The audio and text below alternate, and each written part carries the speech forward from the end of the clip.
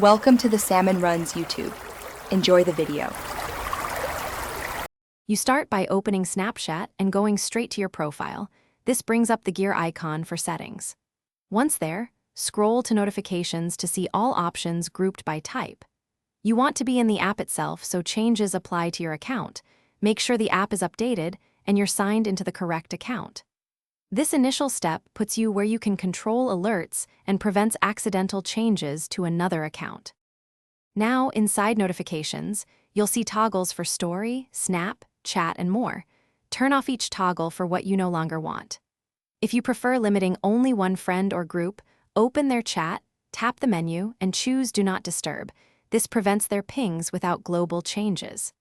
Also, turn off sounds and vibration here if you want notifications to appear silently. Make sure you review each category so you don't accidentally mute something important. Once you've toggled settings, test by having someone send a snap or message so you can confirm changes took effect. This verifies whether Snapchat or the device is the issue. If notifications still appear, check your phone's notification permissions and battery optimization rules that can override app settings.